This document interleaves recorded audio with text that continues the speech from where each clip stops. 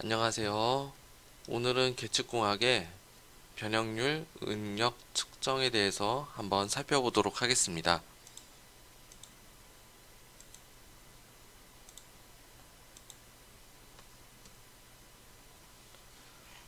먼저 응력과 변형률을 측정하는 것을 배우기에 앞서서 간단한 재료역학의 지식에 대해서 살펴보도록 하겠습니다. 자, 재료역학에는 이제 응력이라는 그런 어떤 개념이 있죠. 그래서 가장 쉬운 이제 수직 응력에 대해서 한번 살펴볼게요.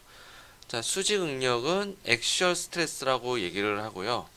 일반적으로는 이렇게 막대, 이제 로드라고 보시면 되겠습니다. 이제 막대의 하중이 이제 축방향으로만 존재할 때, 그때 이 내부적으로 걸리는 압력이라고 생각하시면 되겠죠. 그래서 내부적으로 걸리는 이 재료에 걸리는 흔히 압력을 우리가 스트레스라고 얘기를 합니다. 그래서 스트레스의 단위는 압력과 동일하기 때문에 파스칼이라는 단어를 쓰고요. 그래서 시그마 파스칼로 이렇게 정의가 됩니다. 시그마 A라고 이렇게 표현을 할게요. 그래서 시그마 A라고 하는 것은 이 단면적을 A라고 한번 해볼게요. AC. 자, AC분의 이제 축하중이 이제 FN으로 걸리면 FN이다. 그래서 A분의 F 이런 식으로 이렇게 응력을 표현할 수가 있습니다. 자, 근데 이 구성이 이제 바로 막대기고 이 막대기가 이제 늘어나면은 뭐 바로 파손 이렇게 일어나는 게 아니고 처음에는 어떻게 되겠어요? 살짝 늘어나겠죠, 그렇죠? 그래서 그 늘어나는 이제 양을 우리가 변형량이라고 얘기를 하는 거고, 이 변형량을 전체 시편의 길이에 대해서 나누는 값을 흔히 변형률이라고 얘기를 합니다. 그래서 영어로는 스트레인이라고 얘기를 하고요. 막대의 경우에는 어떻게 되냐? 본래의 길이에 대한 길이 변화의 비율이기 때문에 이 스트레인이라고 하는 것은 원래 길이 L분의 DL. 요게 이제 뭐 델타라고 표현도 하는데 이제 델타 L이라고 하면은 이게 늘어난 길이를 얘기를 하는 겁니다. 이렇게 인장을 했었을 때 이 늘어난 길이를 델타 L이라고 보시면 돼요. 그래서 전체 길이분의 델타 L을 나눠서 이것을 스트레인이라고 정의를 합니다. 자, 변형률 스트레인의 단위는 무차원수입니다. 그래서 좀 잘 알아두시면 좋을 것 같고요. 수직 응력인 경우에는 파스칼, 그리고 워낙 높기 때문에 메가파스칼 혹은 기가파스칼을 좀 많이 쓴다고 보시면 됩니다. 자, 그래서 응력은 이제 힘에 대한 어떤 요소라고 보시면 되겠고요. 변형률은 말 그대로 스프링 상수가 아닌 어떤 그 변이라고 생각을 하셔도 될 것 같아요. 그래서 이 변형률이랑 수직 응력은 이제 탄성 영역 안에서는 항상 비례를 합니다. 그래서 그 탄성 영역이 이제 우리는 원래 스프링 상수를 많이 썼었는데 이 재료역학에서는 이 재료의 성질인 탄성률이라고 합니다. 탄성률. 탄성 계수라고 얘기도 하고요. 그래서 영어로는 영스 모듈러스, 역률이라고도 얘기를 하죠. 모듈러스라고 정의를 합니다. 그래서 탄성률은 재료마다 좀 다릅니다. 그래서 대표적인 경우에 스트레인 같은 경우에는 이제 강이죠, 그렇죠? 그래서 200기가파스칼 요 정도로 이렇게 나타나고요. 그 다음에 알루미늄.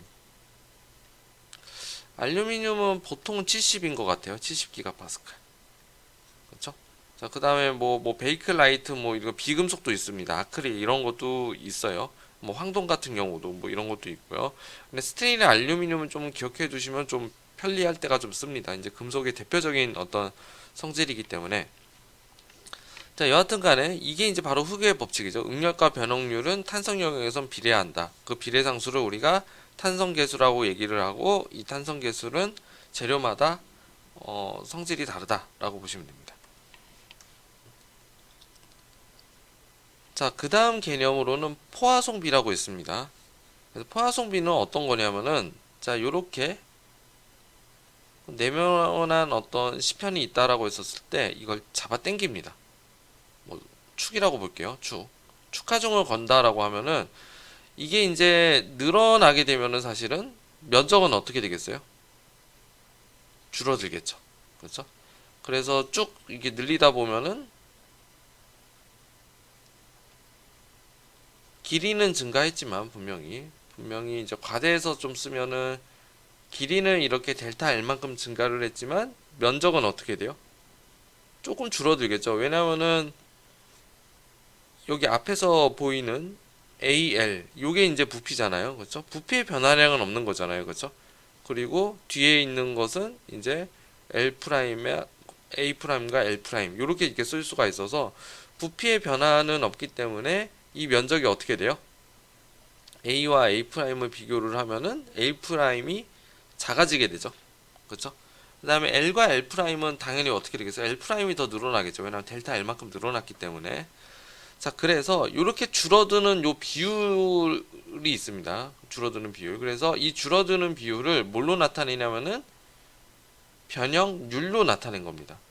자, 그래서 이쪽은 변형률이 어떻게 되겠어요? 올라갔겠죠. 그렇죠? 그래서 양수입니다. 이거는 양수. 인장이 됐기 때문에. 그렇죠? 자, 그 다음에 이제 세로축. 이제 여기는 이제 축 방향이 이제 X 방향이고요. 그 다음에 반지름 방향이 어떻게 되겠어요? Z와 Y가 되겠죠. 그러면은 입실론 Y와 입실론 Z는 어떻게 돼요? 이 델타 L Y와 델타 L Z 이게 줄어드는 거잖아요. 그렇죠? 그래서 줄어들었기 때문에 둘 다 음수다. 그래서 포화송비는 뭐냐면은 이 두 가지의 관계를 얘기를 해주는 겁니다. 이것도 이제 재료마다 다 성질이 있는데, 자, 그래서 포화송비는 이렇게 V 이게 모양이 이게 좀 잘 기억이 안 납니다. 이게 뮤라고 했었던 것 같은데, 그래서 뮤라고 하겠습니다. 뮤. 자, 뮤라고 하는 것은 어떻게 되냐면은 축하중이 만약에 x라고 하면은 축하중분의 축방향의 이제 변형률분의 반지름 반항의 변형률. 자, 이것을 나눠주고, 그럼 이 값은 음수가 되겠죠. 그쵸? 왜냐하면은 입실론 y 때문에. 그래서 이걸 마이너스를 붙여줍니다. 그래서 이것을 뭐라고 정의를 하냐면은 포화송 비다라고 정의를 합니다. 마찬가지로 똑같습니다. 똑같은 방향으로 줄어든다라고 봤었을 때, y가 아니고 z. 죄송합니다. 입실론 y가 되겠고, 이쪽은 입실론 z가 되겠죠. 그래서 이렇게 쓸 수가 있습니다. 자, 그래서 이것을 포화송 비라고 얘기를 하고요.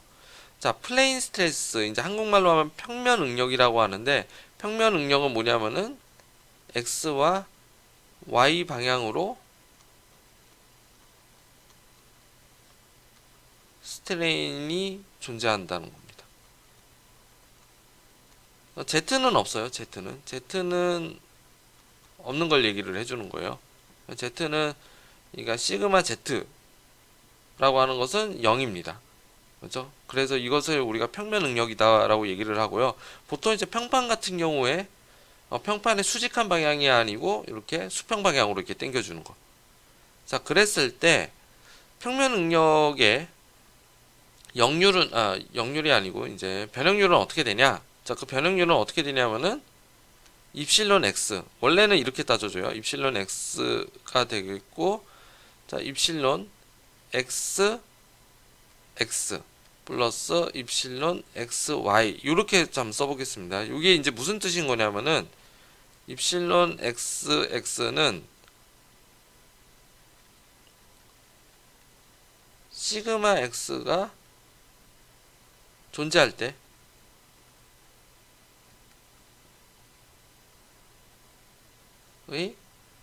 입실론 x 값을 얘기하는 거고요. 입실론 xy 이렇게 명명을 했습니다. 입실론 xy는 시그마 y가 존재할 때의 입실론 x 값입니다. 참고로 어떻게 된다는 거예요? 이거는 마이너스의 뮤의 입실론 y가 되겠죠. 그쵸? 포화송 법칙에 의해서. 자, 그래서 정의를 하면은 어떻게 써줄 수가 있냐? 자, 입실론 x라고 하는 것은 이게 뭐예요? 입실론 xx죠. 그렇죠? x 방향으로 그 응력이 가해지면은 입실론 x가 발생을 하는 거기 때문에 그냥 후계 법칙 그대로 쓰시면 됩니다. 1축 후계 법칙 그대로 쓰는 거고, 그 다음에 요게 뭐냐면은 요 뒤에 있는 요게 입실론 xy죠. y 방향으로 가해졌을 때의 입실론 x의 변화량을 얘기를 하는 거기 때문에 그 변화량은 이렇게 되는 거죠. 그렇죠? 그래서 입실론 xy는 어떻게 쓸 수가 있냐면은 2분의 마이너스 뮤의 시그마 y로 쓸 수 있는 겁니다. 자, 그래서 이렇게 쓸 수가 있겠고, 자, 입실론 y는 반대로 뭐예요? 입실론 yx와 입실론 yy를 써주시면 되겠죠.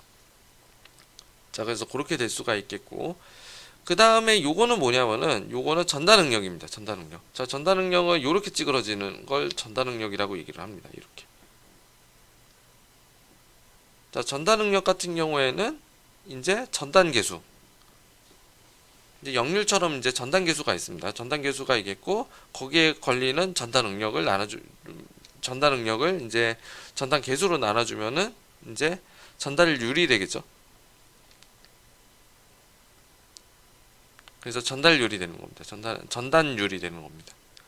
자, 그래서 요 세 식을 어떻게 바꿔줄 거냐면은 좌변을 전부 다 시그마와 타우 전달 능력과 이제 x축 응력, y축 응력으로 바꿔줘서 이것을 이제 연립을 하게 되면은 다음과 같은 식을 뽑을 수가 있습니다. 그래서 요 식이 이제 그 유명한 이제 평면 응력의 후계 법칙이 되는 거죠. 제네럴라이즈드 후계 법칙이라고 이제 얘기를 합니다. 일반화된 후계 법칙. 그래서 지금은 xy 왜 타우 xy인데 이제 만약에 3차원 응력으로 가면은 xyz 타우 xy 타우 yz 타우 xz 이런 식으로 세 개로 나눠질 수가 있습니다. 자, 전달 능력은 요걸 얘기하는 거예요. 전달 능력은 요게 전달 각이 있죠. 요 각을 얘기하는 겁니다. 여기 입실론 xy 이렇게 이게 감마 xy 이렇게 씁니다. 이 전달 각을 얘기하는 거죠.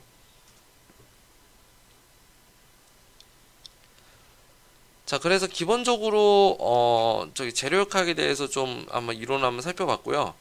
자, 그래서 이제 자, 이걸 통해서 이제 뭐를 우리가 예측할 수가 있냐면은 스트레인을 예측할 수가 있습니다. 그래서 그 스트레인을 측정하는 게 바로 저항 스트레인 게이지라고 보시면 될 것 같습니다. 그래서 레지스턴스 스트레인 게이지라고 보시면 될 것 같고요.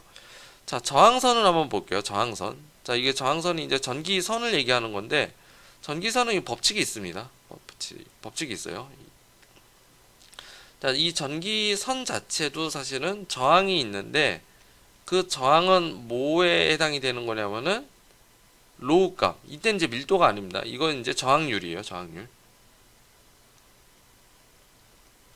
이라고 보시면 되겠고, 그 다음에 이게 이제 그 전하량이라고 보시면 돼요. 물이랑 비슷하다고 보시면 되겠습니다.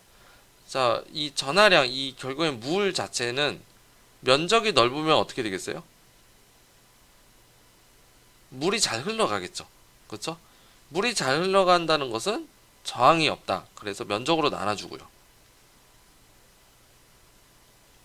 그리고 길이가 길어지면 어떻게 되겠어요? 갈 길이 멀어지면은 역시 그것도 저항이 더 커지는 겁니다. 그래서 L 이렇게 씁니다. 그래서 식을 이렇게 써줄 수가 있어요. 이렇게 이런 식으로 써줍니다.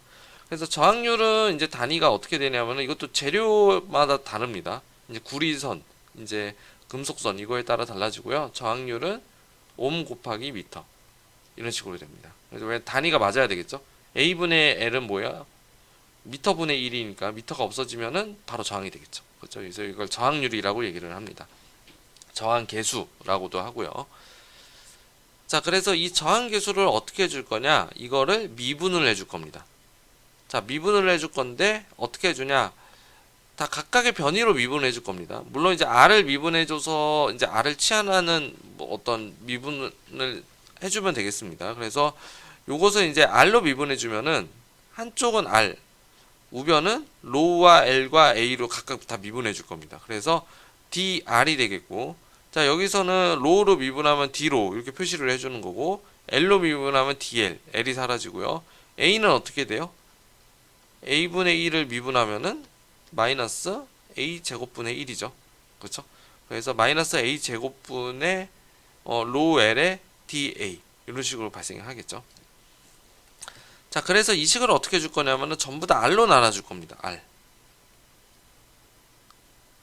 자, R을 나눠주면은 식이 어떻게 되겠어요? R분의 DR. 자, D로 다 바꿔주면은 그 다음에 로우만 남겠죠. 밑에. 여기는 밑에 L만 남겠고요. 한번 해보시면 될 것 같아요. 자, 여기는 부호가 좀 바뀝니다. 자, 마이너스 DA 오브 A 이런 식으로 바뀌겠죠. 그렇죠? 자, 그래서 요식을 어떻게 또 해줄 거냐면은 포화송의 비를 써줄 거예요. 포화송의 비. 자, 포화송의 비에 의해서 식이 어떻게 되냐면은 이 면적과 이 L의 관계를 나타낼 수가 있어요. 자, 그래서 요 관계식은 제가 뒷장에다가 살짝 증명을 해놨습니다. 증명이 중요한 건 아닌데, 자, 그래서 A 대신에 뭐를 넣어줄 거냐면은 요 식을 안에다가 넣어주게 되면은 공식이 어떻게 바뀌냐면은 이 저항의 dr 오브 r이라고 하는 것은 앞에는 뭐냐면은 저항 계수라고 그랬죠. 그렇죠? 금속의 재질에 대한 저항 계수가 되겠고, 뒤에는 뭐가 되냐면은 길이에 따르는 함수, 그리고 이 포화송 B는 재료의 특성이라고 그랬죠. 그렇죠? 그래서 길이에 대한 함수를 이렇게 바꿔줄 수가 있다라는 겁니다. 자, 그럼 이 식이 왜 이렇게 나왔는지를 잠깐 한번 살펴볼게요. 자, 모르시는 분들이 있을 것 같아서 제가 간단하게 좀 설명해 보도록 하겠습니다. 자, 3차원 직사각형 재료라고 한번 해볼게요. 자, 재료의 부피는 LX, LY, LZ라고 해보고요. 자, 요걸 한번 땡겨보면 어떻게 되나요? 면적이 줄어들겠죠, 그쵸? 그래서 X는 플러스 방향으로 증가하겠고, Y는 마이너스, Z도 마이너스 방향으로 감소를 하겠죠. 자, 그럼 이 상황에서 뭐를 해줄 거냐면 이 면적이 어떻게 변하는지를 한번 볼게요. 자, 면적이 변하는 거는 여기는 이제 YZ축이죠. 그렇죠? 그래서 A의 YZ가 D의 AYZ라고 하는 것은 어떻게 바뀌냐면은, 자, A의 DY 한번 볼게요. A의 DY라고는 어떻게 되냐면 원래의 면적이 뭐예요? LY, LZ였었죠. 그렇죠? 자, DA는 어떻게 돼요? 원래 면적에서 감소한 면적을, 지금 현재 있는 요 면적을 빼주면 되겠죠. 그렇죠? 그래서 원래 있는 면적이고요. 그 다음에 요 면적은 지금 감소된 면적입니다. 그 두 개를 빼주는 게 뭐예요? DA가 되겠죠. 그렇죠? 자, 요거를 식을 풀어주면은, 자, 요 식 풀어주면 어떻게 되냐면은 LY, LZ, 그 다음에 나머지는 LYD 요렇게 D 이런 식으로 되겠고, 이 Z가 되겠고, 그 다음에 LZ의 DLY, 그리고 DLDL. 근데 DLDL은 너무 작잖아요. 그래서 거의 무시하시다시피 0이고요. 자, 앞에 건 소거가 되겠죠. 그리고 이건 플러스가 될 겁니다. 그래서 이 식이 이렇게 튀어나오게 될 거예요. 자, 그래서 이걸 나누게 되면 뭐예요? DLY 오브 Y, DLY, DLZ 오브 DLZ 오브 LZ 이런 식으로. 요게 각각 뭐예요? 다 변형율이죠. 그죠? 스트레인. 자, 포화송비에 의해서 뭐예요? 이 스트레인들은 입실론 X로 다 바꿔줄 수가 있습니다. 자, 입실론 X로 다 바꿔주면은 둘 다 이렇게 포화송비랑 합쳐서 바꿔줄 수가 있고, 이 입실론 X는 어떻게 돼요? DLX 오브 LX 이렇게 바뀌겠죠. 그렇죠? 자, 그런데 요 식이 아까 뭐라고 그랬냐면 요거 두 개 더하는 거죠. 다 똑같다라고 했으니까. 그래서 두 개 더해주면은 이 면적이 변화되는 이 율은 마이너스 2의 포화송비가 되겠고, L의 DL 이렇게 유도가 되겠죠. 그렇죠? 그래서 아까 그 A분의 DL, A 같은 경우에는 요식을 이렇게 넣어줘서 이제 L분의 DL로 이렇게 만들어줬다라고 보시면 됩니다. 자, 왜 L로 만들어졌냐면은 이 L이 되게 중요합니다. 이 L에 따라서 저항이 또 달라지고 하는 것을 이용해서, 그 저항이 달라지면 또 안에 있는 전류가 달라지겠죠. 그래서 그 전류가 달라진 것을 통해서 뭐냐면은 변형률을 예측해 줄 수 있다, 이런 겁니다. 자, 자세히 보시면 어때요? 변화되는 저항률은 변형률이랑 연관이 있는 식이 되는 거죠. 그쵸? 그럼 변형률, 이 저항선이 달라진다는 것은 전류가 달라질 거고, 그 전류가 달라졌다라고 하는 것은 이제 뭐 우리가 계측 장비에서 이제 모니터링 하는 수치가 좀 달라질 수 있다라는 거죠. 그 달라지는 어떤 민감성을 이용해 가지고 저항 변형률을 측정한다라고 생각을 하시면 될 것 같습니다. 자, 그럼 스트레인 게이지 한번 종류를 한번 볼게요. 자, 금속박 접착식 스트레인 게이지. 요게 이제 가장 일반적인으로 이제 보이는 거. 자, 어떻게 되어 있냐면은, 자, 저항선 하나만 있는 게 아니에요. 저항선 여러 개가 있으면 좀 측정하기가 좀 좋겠죠. 그래서 이 게이지 폭이 있겠고, 이 하나하나에 다 셀이 있습니다. 그래서 이 셀이 동시에 당겨져 가지고 이 동시에 당겨지는 이 선의 저항선이 어떻게 바뀌는지에 따라 좀 달라지겠죠.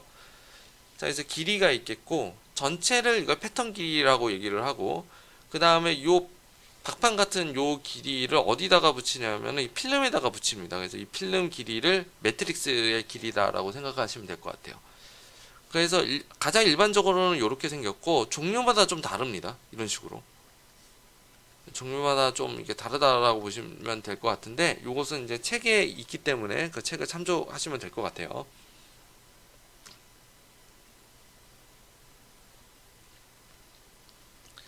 자, 그러면은 이 저항 게이지를 이용해서 이 저항 게이지를 바로 쓸 수도 있겠지만은 조금 더 보상률을 조금 측정하다 보면은 이게 재료가 이제 당겨지다 보면 온도도 좀 발생을 하게 되고, 부착 위치에 따라서 정확하게 스트레인을 계측하기가 참 어려워요. 그러니까 그 스트레인 게이지 하나만 가지고는.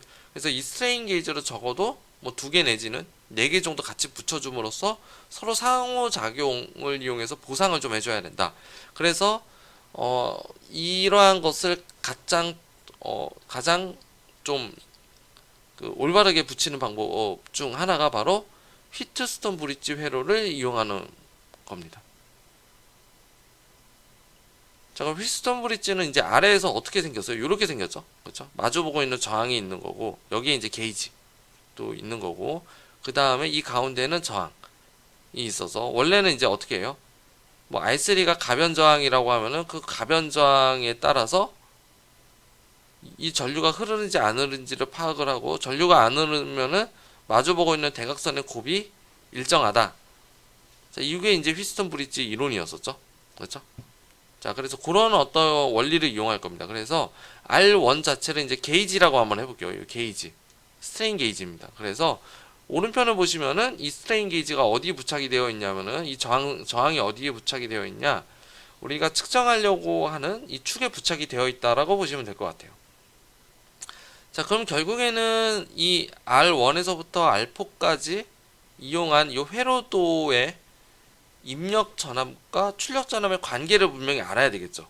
그렇죠? 그래야 이제 R1이 이제 어떻게 변하는지에 따라서 어떤 계산을 해줄 수가 있기 때문에. 그래서 이 출력 전압이라고 하는 것은 어떻게 계산이 되냐? 이것은 이제 키르이호프 법칙을 이용하시면 됩니다. 자, 키르이호프 법칙을 이용하게 되면은 입력 전압과 출력 전압의 관계를 알 수가 있는데, 그 관계식은 4개의 저항으로 구성이 되어 있다라는 겁니다. 자, 그러면 R1이 이게 만약에 게이지가 붙어 있기 때문에 이게 이제 달라지면 어떻게 된다는 거예요? 입력값은 일정하기 때문에 출력값이 변동이 있다라는 거죠. 그래서 이 변동을 통해 가지고 입실론이 어떻게 바뀌고 있구나, 이렇게 예측을 할 수가 있다라는 겁니다. 자, 그 식을 조금 더 정형화시 한번 시켜볼게요. 자, 만약에 인장력으로 인해서 이제 미지의 저항이 발생했다. 그래서 R1의 변화량이 발생을 한 겁니다. 자, R1의 변화량이 발생하면은, 자, 어떻게 정의를 할 수가 있냐면은, R의 변화량은, 자, L의 변화량이랑 비례를 했었죠. 그쵸? 원래의 식은 요 뒤에 있습니다. 뒤에 아까 요 식이 있습니다. 요 식을 그냥 이용을 할 거예요. 그래서 지금은 이제 구리선의 요건 변화량이 거의 없겠죠. 그렇죠? 이건 재료가 변하는 성질이기 때문에, 그래서 요거는 거의 무시할 정도로 작다라고 보시면 될 것 같고, 기본적인 수식은 뭐예요? R분의 DR이라고 하는 것은 L분의 DL 1 플러스 2의 입실론 P, 이렇게 한번 써볼게요. 자, 그러면 결국엔 뭐예요? 요게 변형률이죠. 변형률은 저항이 변하는 율에 비례한다, 이런 식이 되는 거죠. 자, 그래서 이 식을 이제 한꺼번에 쓰면은, 자, 요게 이제 L분의 DL 오브 L입니다, 요게. 자, 변형률은 뭐랑 비례를 하냐면은 저항의 변화량과 비례를 한다, 이렇게 보실 수가 있습니다. 자, 그리고 거기에 따르는 상수가 바로 GF라고 해서 이것을 뭐라고 그러냐, 게이지율이라고 합니다. 그래서 이 게이지율은 좀 달라요. 이게 붙이는 방식에 따라서 게이지율 보상 값이거든요. 그 보상값이 좀 달라진다라고 보시면 돼요. 그래서 한 개를 붙이면 뭐 이제 뭐 4분의 1 뭐 이런 식으로 좀 가겠죠. 그렇죠? 뭐 네 개를 다 붙여야지 이제 4가 되는 거고 뭐 그런 식으로 표현을 할 수가 있습니다. 그래서 게이지율의 정의라고 하는 것은 입실론분의 변형률분의 저항의 변형률, 저항이 달라지는 그런 비율을 나눠주는 값을 이제 정의를 하게 되어 있습니다.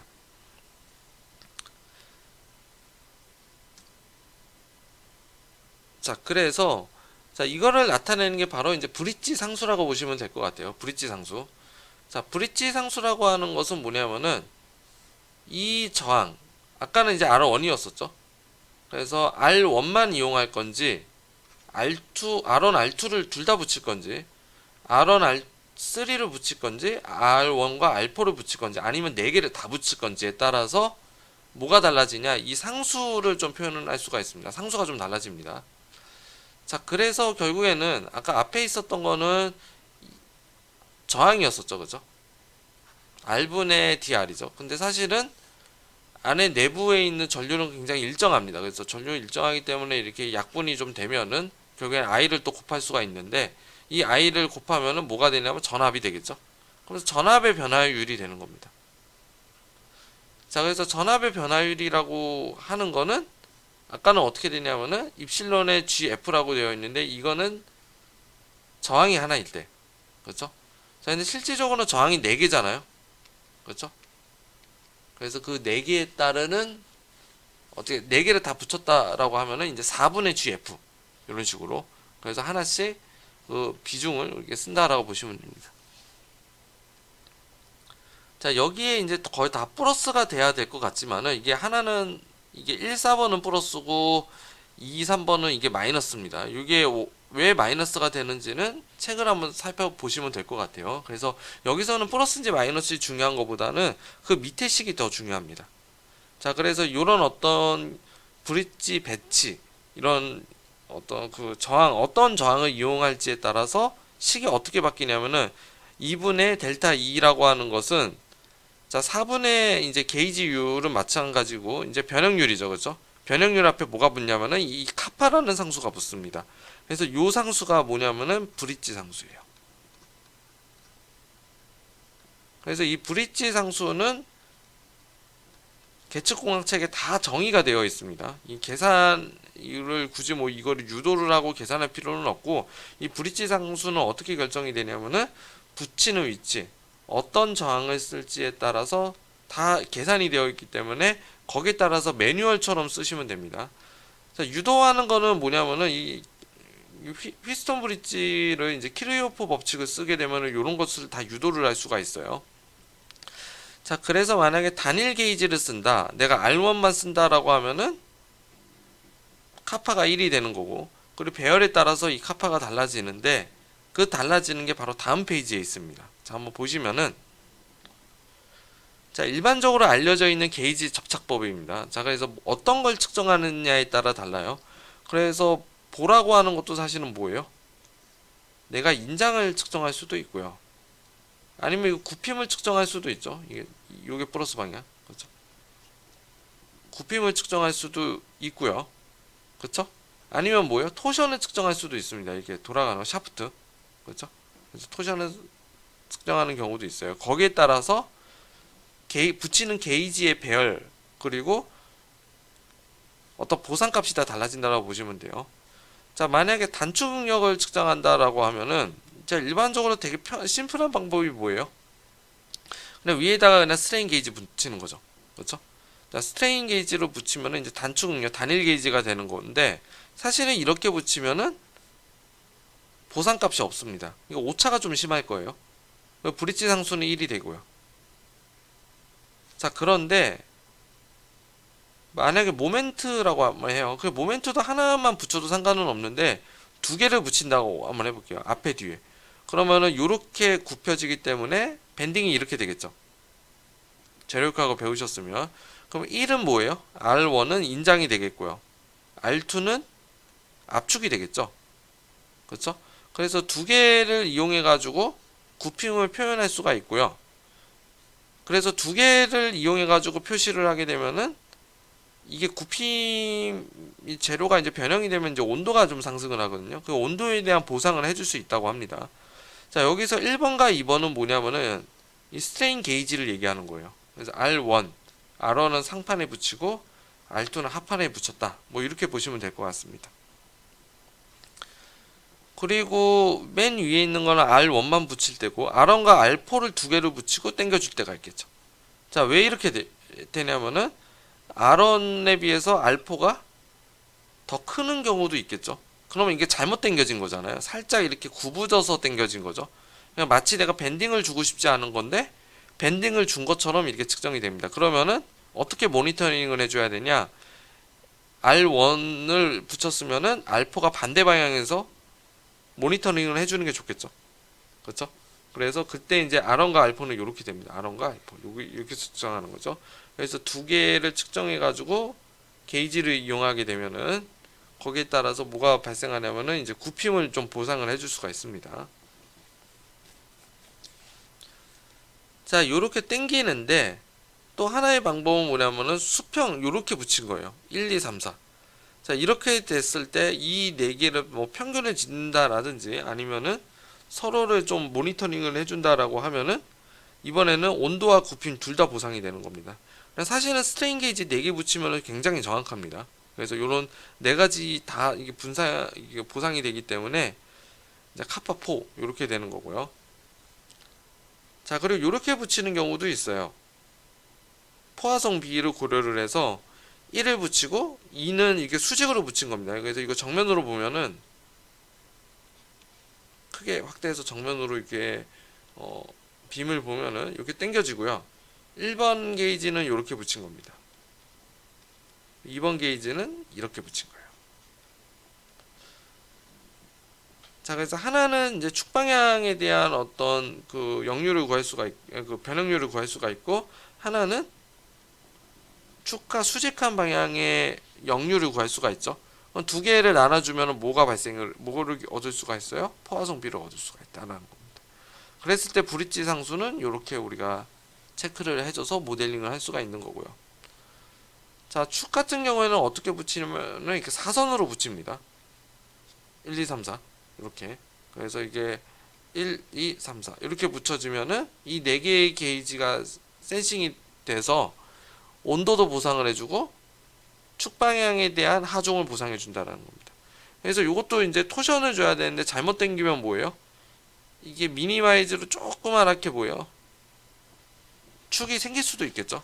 근데 요 실험은 잘못된 거죠. 그렇죠? 이게 많이 생길수록. 그래서 그걸 보장해 주는 방법이 스트레인 게이지를 저 4개를 저런 식으로 붙여주면은 보상이 된다고 생각하시면 됩니다.